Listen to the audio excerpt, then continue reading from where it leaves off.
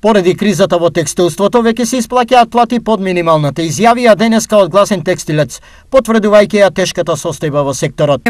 Во дел од градови од источниот регион, во конфекции, се исплаќа плата под минималец, затоа реагираме и бараме координирани акции од Управата за јавни приходи и од Државниот трудов инспекторат. Намалените плати се вовед во финално тешката состојба која што компаниите ја очекуваат уште во наредниот месец.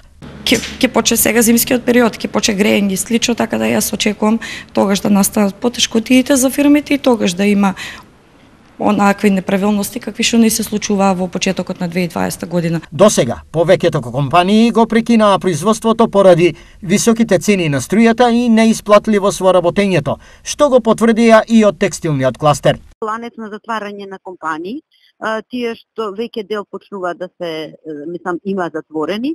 Другите велат дека зимските периоди невозможно е да ги издржат. Од овие причини, столбот на надежта е во владините мерки, кои веројатно и ќе ја решат судбината на многу фирми.